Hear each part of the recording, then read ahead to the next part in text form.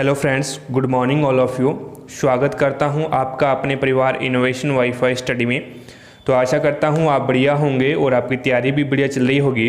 तो जैसा कि आपको पता है, अभी हमारी डेली क्लास रहती है सुबह 10 बजे, जिसमें हम बायोलॉजी के ऑब्जेक्टिव क्वेश्चन करते हैं जेट, आईसीआर और बीएचयू के लिए। तो जितने भी फ्रेंड्स क्लास को देख रहे हैं, जिसने भी क्लास को लाइक नहीं किया तो क्लास को लाइक कर दीजिएगा। शेयर नहीं किया अपने दोस्तों के पास तो एक बार क्लास को शेयर कर दीजिएगा ताकि सभी दोस्तों को क्लास का लाभ मिल सके। चैनल पे नए हैं तो चैनल को सब्सक्राइब कर लेना, पास में लगे बेल आइकन को प्रेस कर लेना ताकि न्यू अपडेट आपको टाइम टू टाइम मिलती रहे। तो कल आपकी क्लास नहीं हुई थी, ठीक है ना। कल वो पूरे दिन लाइट नहीं थी तो इसीलिए कल आपकी क्लास नहीं हुई थी। अब आपकी रेगुलर रहेगी। कोई टेक्निकल प्रॉब्लम आ जाती है तो आपकी क्लास नहीं हो पाती है, ठीक है ना। बाकी आपकी क्लास डेली रहती है। ओके, चलिए फ्रेंड्स, फर्स्ट नंबर क्वेश्चन देखिएगा आपके सामने है। प्रोटीन की फैक्ट्री किसे कहा जाता है? प्रोटीन की फैक्ट्री किसे कहा जाता है? ऑप्शंस आपके सामने हैं, राइबोसोम, माइटोकॉन्ड्रिया, लाइसोसोम, तारक काय। तो फर्स्ट नंबर क्वेश्चन में आपका राइट आंसर होगा वो हो जाएगा राइबोसोम को प्रोटीन की फैक्ट्री बोला जाता है, यानी ए ऑप्शन आपका यहाँ पे राइट आंसर होगा। क्योंकि राइबोसोम है वो प्रोटीन संश्लेषण के लिए उपयुक्त स्थान प्रदान करती है, ठीक है ना। राइबोसोम प्रोटीन संश्लेषण के लिए उपयुक्त स्थान प्रदान करती है, अर्थात मैं बोलूं भी यह प्रोटीन का उत्पादन स्थल होता है, इसीलिए प्रोटीन की फैक्ट्री बोलते हैं। सेकंड क्वेश्चन देखिएगा, राइबोसोम को कितने भागों में बांटा गया है? राइबोसोम को कितने भागों में बांटा गया है? 2, 3, 4, 5। तो सेकंड क्वेश्चन में आपका राइट आंसर होगा वो हो जाएगा 2 भागों में बांटा गया है। राइबोसोम को 2 भागों में बांटा गया है। अब कौन कौन से भाग हैं? एक है 70-80 प्रकार का और एक है 80-80 प्रकार का। मैंने राइबोसोम करवाया था थ्योरी वाली क्लास में, उसमें सब कुछ बताया हुआ है, ठीक है। तो देखिएगा 70-80 प्रकार के जो राइबोसोम है वो माइटोकॉन्ड्रिया में मिलता है, जीवाणु में मिलता है और क्लोरोप्लास्ट ETC, ठीक है ना। माइटोकॉन्ड्रिया, जीवाणु और क्लोरोप्लास्ट में 70-80 प्रकार के राइबोसोम मिलेंगे आपको। अब यहाँ पे देख लीजिएगा 80-80 प्रकार के जो राइबोसोम है वो कहाँ पे मिलेंगे? विकसित पौधों में, जंतु कोशिकाओं में 80-80 प्रकार के राइबोसोम मिलेंगे, ठीक है ना। 70-80 प्रकार और 80-80 प्रकार 2 प्रकार के होते हैं। अगला क्वेश्चन देखिएगा, 3 नंबर क्वेश्चन आपके सामने है। राइबोसोम के दोनों सब यूनिट्स के आपस में जुड़ने के लिए किस आयन की आवश्यकता होती है? राइबोसोम के दोनों सब यूनिट्स के आपस में जुड़ने के लिए किस आयन की आवश्यकता होती है? Mg double positive ion, Ca positive ion, Na positive ion, Al double positive ion. तो यहाँ पे आपका राइट आंसर होगा 3 नंबर क्वेश्चन में Mg डबल पॉजिटिव आयन की आवश्यकता होगी, यानी ए ऑप्शन आपका यहाँ पे राइट आंसर होगा। अगला क्वेश्चन देखिएगा, 4 नंबर क्वेश्चन आपके सामने है। आत्मघाती थिल्ली किसे कहा जाता है? माइटोकॉन्ड्रिया को, लाइसोसोम को, राइबोसोम को, तारक काय को। तो आत्मघाती थिल्ली है वो लाइसोसोम को बोला जाता है, यानी बी ऑप्शन आपका यहाँ पे राइट आंसर होगा। क्योंकि लाइसोसोम का मुख्य कार्य बाहरी पदार्थों का भक्षण एवं पाचन करना होता है, ठीक है ना। लाइसोसोम का मुख्य कार्य यही होता है कि जो बाहरी पदार्थ होते हैं उनका भक्षण एवं पाचन करना होता है, और इनमें 24 प्रकार के एंजाइम पाए जाते हैं। याद रखना, लाइसोसोम में क्वेश्चन बहुत बार पूछा जाता है भी लाइसोसोम में कितने प्रकार के एंजाइम पाए जाते हैं? तो 24 प्रकार के एंजाइम पाए जाते हैं। क्लियर है। अगला क्वेश्चन देखिएगा, 5 नंबर क्वेश्चन आपके सामने है। कौन सा कोशिकांग स्वयं नष्ट होकर कैंसर के निर्माण में मदद करता है? कौन सा कोशिकांग है जो स्वयं नष्ट होकर के कैंसर के निर्माण में मदद करता है? ऑप्शन है राइबोसोम, माइटोकॉन्ड्रिया, लाइसोसोम, तारक काय। तो 5 नंबर क्वेश्चन में आपका राइट आंसर होगा वो हो जाएगा लाइसोसोम, यानी सी ऑप्शन आपका यहाँ पे राइट आंसर होगा। क्योंकि लाइसोसोम के कारण पुरानी रक्त कोशिकाएं हैं वो नष्ट हो जाती है। लाइसोसोम के कारण ही पुरानी जो रक्त कोशिकाएं होती है वो नष्ट हो जाती है, ठीक है। अगला क्वेश्चन देखिएगा, 6 नंबर क्वेश्चन आपके सामने है। लाइसोसोम कितने प्रकार के होते हैं? लाइसोसोम कितने प्रकार के होते हैं? 2, 4, 3, 5। तो लाइसोसोम है वो 4 प्रकार के होते हैं, ठीक है ना। याद रखना, लाइसोसोम 4 प्रकार के होते हैं। अब कौन कौन से होते हैं वो देख लीजिएगा। प्रथम लाइसोसोम, प्राथमिक लाइसोसोम, द्वितीयक लाइसोसोम, अवशिष्ट काय रिक्तिकाएं और ऑटोफेगिक काय रिक्तिकाएं। यानी ये 4 प्रकार के होते हैं। पहला हो गया प्राथमिक लाइसोसोम, दूसरा हो गया द्वितीयक लाइसोसोम, तीसरा हो गया अपशिष्ट काय रिक्तिकाएं और चौथा हो गया ऑटोफेगिक काय रिक्तिकाएं। ऑटोफेगिकाए, रिक्तिकाएं, ये 4 प्रकार के लाइसोसोम होते हैं। क्लियर है। 7 नंबर क्वेश्चन देखिएगा आपके सामने है। क्वेश्चन है लाइसोसोम में कितने प्रकार के एंजाइम पाए जाते हैं। पहले 5 नंबर क्वेश्चंस मैंने आपको करवाया था, उसमें मैंने आपको सब कुछ बताया था, ठीक है ना। लाइसोसोम में 24 प्रकार के एंजाइम पाए जाते हैं। इंपॉर्टेंट क्वेश्चन है, बहुत बार क्वेश्चन पूछा भी गया है, ठीक है। अगला क्वेश्चन देखिएगा, 8 नंबर क्वेश्चन आपके सामने है। लवक किस कोशिका में पाए जाते हैं। लवक किस कोशिका में पाए जाते हैं। पादप कोशिका में, जंतु कोशिका में, ए व बी दोनों, इनमें से कोई नहीं। तो लवक है वो आपको याद रखना है पादप कोशिकाओं में पाए जाते हैं। क्लियर है ना, पादप कोशिकाओं में लवक पाए जाते हैं। अब लवक प्राय गोलाकार, चपटे आकार के, रंगीन व रंगहीन होते हैं, ठीक है ना। लवक है वो दोनों प्रकार के होते हैं, रंगीन भी होते हैं, रंगीन भी होते हैं, चपटे आकार के होते हैं और गोलाकार भी होते हैं। क्लियर है, और ये पादप कोशिकाओं में पाए जाते हैं। अगला क्वेश्चन देखिएगा, 9 नंबर क्वेश्चन आपके सामने है। लवक कितने प्रकार के होते हैं। लवक कितने प्रकार के होते हैं। 2, 3, 4, 5। तो लवक है वो आपको याद रखना है, लवक 3 प्रकार के होते हैं। मुख्य रूप से लवक 3 प्रकार के होते हैं। बी ऑप्शन आपका यहाँ पे राइट आंसर होगा। अब कौन कौन से होते हैं देख लीजिएगा। पहला है हरित लवक, ठीक है ना। पहला हरित लवक जिसे हम बोलते हैं क्लोरोप्लास्ट, हरे रंग के लवक होते हैं ये, ठीक है। दूसरा आपका आता है वर्णी लवक जिसे हम क्रोमोप्लास्ट बोलते हैं, रंगीन लवक होते हैं ये। क्लियर है। तीसरा होता है अवर्णी लवक जिसे हम ल्यूकोप्लास्ट बोलते हैं, जो क्या होता है रंगहीन होते हैं, यानी जिसमें कोई रंग नहीं होता, रंगहीन होते हैं। हरित लवक जिसे हम बोलते हैं क्लोरोप्लास्ट, जो हरे रंग के लवक होते हैं। दूसरा है वर्णी लवक जिसे हम क्रोमोप्लास्ट बोलते हैं, रंगीन लवक होते हैं। और तीसरा है अवर्णी लवक जिसे हम ल्यूकोप्लास्ट बोलते हैं, रंगहीन लवक होते हैं, रंगहीन लवक होते हैं। क्लियर है यहाँ तक। चलिए नेक्स्ट क्वेश्चन पे चलिएगा। 10 नंबर क्वेश्चंस और एक आपकी इंक्वायरी के लिए बता दूं, अगर किसी भी दोस्त को पीडीएफ चाहिए तो पीडीएफ मैं टेलीग्राम ग्रुप पे अपलोड कर रहा हूं, और टेलीग्राम ग्रुप का लिंक मैंने आपको डिस्क्रिप्शन बॉक्स में दिया है, ठीक है ना। वहां से जाकर के टेलीग्राम ग्रुप को ज्वाइन कर लीजिएगा, और प्रत्येक क्लास की पीडीएफ है वो आपको टेलीग्राम ग्रुप पे मिलेगी, ठीक है ना। चलिए 10 नंबर क्वेश्चन देखिएगा। लवक की खोज सर्वप्रथम किसने की थी। ऑप्शंस आपके सामने हैं।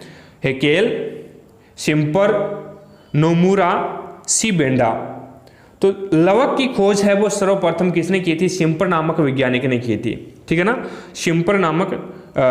हेकेल नामक वैज्ञानिक ने की थी।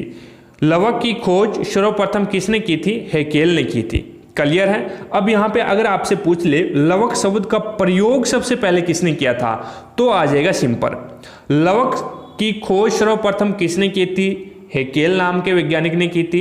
लवक शब्द का प्रयोग सर्वप्रथम किसने किया था, तो शिम्पर नाम के वैज्ञानिक ने किया था। क्लियर है। चलिएगा अगले क्वेश्चन पे चलते हैं। 11 नंबर क्वेश्चन आपके सामने है। टमाटर का लाल रंग किस कारण होता है। Lycopene, anthocyanin, chloroplast, कैम्पसेथिन।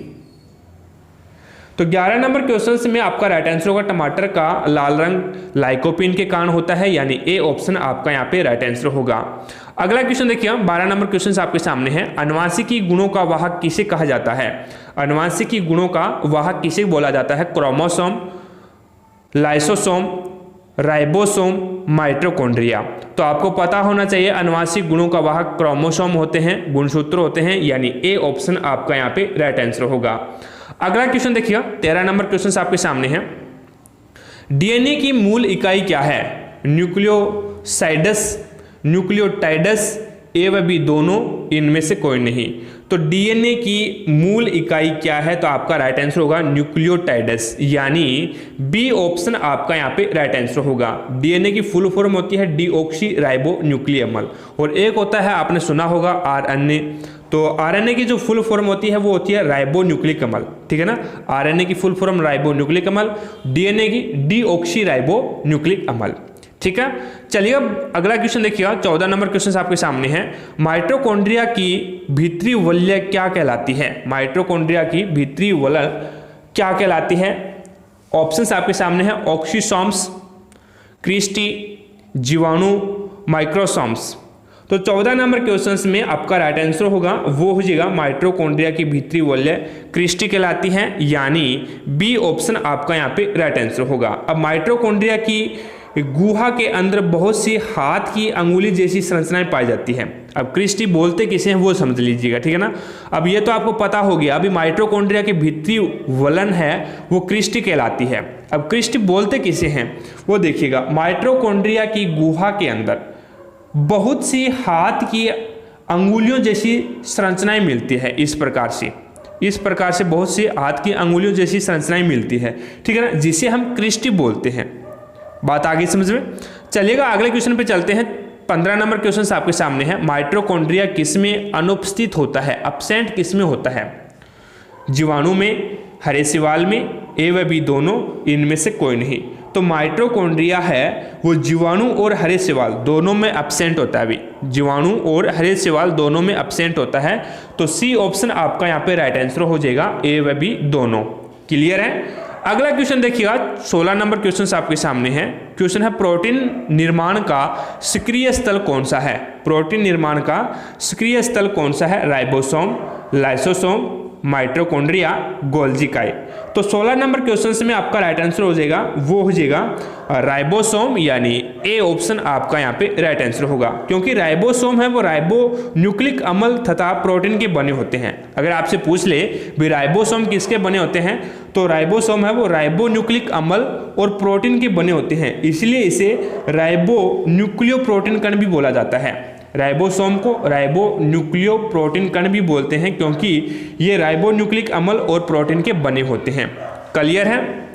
अगला क्वेश्चन देखिएगा। 17 नंबर क्वेश्चन आपके सामने है।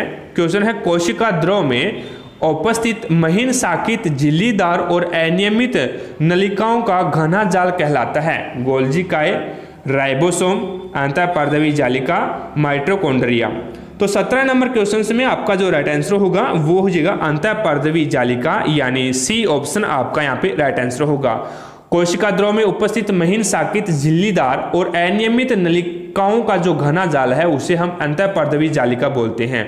इसका कार्य कोशिका द्रव तथा केंद्रक द्रव के बीच में संबंध स्थापित करना होता है। अगर आपसे पूछ ले भी अंतःपर्दवी जालिका का मुख्य कार्य क्या है, तो कोशिका द्रव और केंद्रक द्रव, कोशिका द्रव होता है और केंद्रक द्रव होता है, उसके बीच में संबंध स्थापित करने का जो कार्य होता है वो अंतःपर्दवी जालिका का होता है। क्लियर है यहाँ तक। चलिएगा 18 नंबर क्वेश्चन देखिएगा। कोशिका शोषण का सक्रिय स्थल होता है। कोशिका शोषण का सक्रिय स्थल होता है गोल्जी काय, राइबोसोम, माइटोकॉन्ड्रिया, लाइसोसोम। तो कोशिका शोषण का सक्रिय स्थल माइटोकॉन्ड्रिया होता है, यानी सी ऑप्शन आपका यहाँ पे राइट आंसर होगा। अब बात को समझिएगा। यूकेरियोटिक कोशिकाओं के कोशिका द्रव में अनेक सूक्ष्म गोलाकार की छड़ या कण के आकार की संरचनाएं पाई जाती है, जिसे हम माइटोकॉन्ड्रिया बोलते हैं। बात आगे समझे। यूकेरियोटिक कोशिकाओं के कोशिका द्रव में अनेक सूक्ष्म गोलाकार छड़ रूपी या मैं बोलूं कण के आकार की संरचनाएं पाई जाती है, जिसे हम माइटोकॉन्ड्रिया बोलते हैं। क्लियर है। चलेगा अगले क्वेश्चन पे चलते हैं। 19 नंबर क्वेश्चन आपके सामने है। यदि माइटोकॉन्ड्रिया काम करना बंद कर दे तो कोशिका में कौन सा कार्य नहीं होगा भाई? अगर माइटोकॉन्ड्रिया काम करना बंद कर दे तो कोशिका में कौन सा कार्य नहीं होगा? भोजन का ऑक्सीकरण, भोजन का अवशोषण, भोजन का अवकरण, भोजन का पाचन। तो 19 नंबर क्वेश्चन में आपका जो राइट आंसर होगा वो हो जाएगा भोजन का ऑक्सीकरण नहीं होगा, यानी ए ऑप्शन आपका यहाँ पे राइट आंसर होगा। क्योंकि माइटोकॉन्ड्रिया में सभी खाद्य पदार्थों का ऑक्सीकरण होता है, जिससे हमें ऊर्जा मिलती है। इसीलिए हम माइटोकॉन्ड्रिया को पावर हाउस बोलते हैं ना। कोशिका का पावर हाउस किसे बोलते हैं? माइटोकॉन्ड्रिया को। क्यों बोलते हैं? क्योंकि उसमें सभी प्रकार के खाद्य पदार्थ होते हैं, उसका ऑक्सीकरण होता है और ऑक्सीकरण के द्वारा ही हमें क्या मिलती है? ऊर्जा मिलती है। ठीक है। तो ये अगर काम करना बंद कर देगा तो भोजन का जो ऑक्सीकरण है वो नहीं हो पाएगा। चलिएगा आज की क्लास का लास्ट क्वेश्चन देख लेते हैं। लास्ट क्वेश्चन आपके सामने है। कोशिका में कौन सा सबसे बड़ा कोशिकांग है? कोशिका में कौन सबसे बड़ा कोशिकांग है? माइटोकॉन्ड्रिया, प्लास्टिड, गुणसूत्र, गोल्जी काय। तो 20 नंबर क्वेश्चन में आपका राइट आंसर होगा वो हो जाएगा कोशिका में सबसे बड़ा कोशिकांग प्लास्टिड है, यानी बी ऑप्शन आपका यहाँ पे राइट आंसर होगा। तो आशा करता हूं फ्रेंड्स आज की क्लास में हमने 20 क्वेश्चन कवर किए हैं, सभी आपको समझ में आ गए होंगे। अगर फिर भी कोई भी क्वेश्चन से में आपको डाउट लगती है तो मुझे कमेंट बॉक्स में कमेंट जरूर करें। जैसे ही नेक्स्ट क्लास होगी उस क्लास में आपकी डाउट को क्लियर किया जाएगा। क्लास पसंद आई है तो दिल से लाइक कर देना और ज़्यादा से ज़्यादा अपने दोस्तों के पास शेयर कर देना ताकि सभी दोस्तों को क्लास का लाभ मिल सके। चैनल पे नए हैं तो चैनल को सब्सक्राइब कर लेना, पास में लगे बेल आइकन को प्रेस कर लेना ताकि न्यू अपडेट आपको टाइम टू टाइम मिलती रहे। तो आज की क्लास में इतना ही, मिलते हैं नेक्स्ट क्लास में, तब तक जय हिंद जय भारत।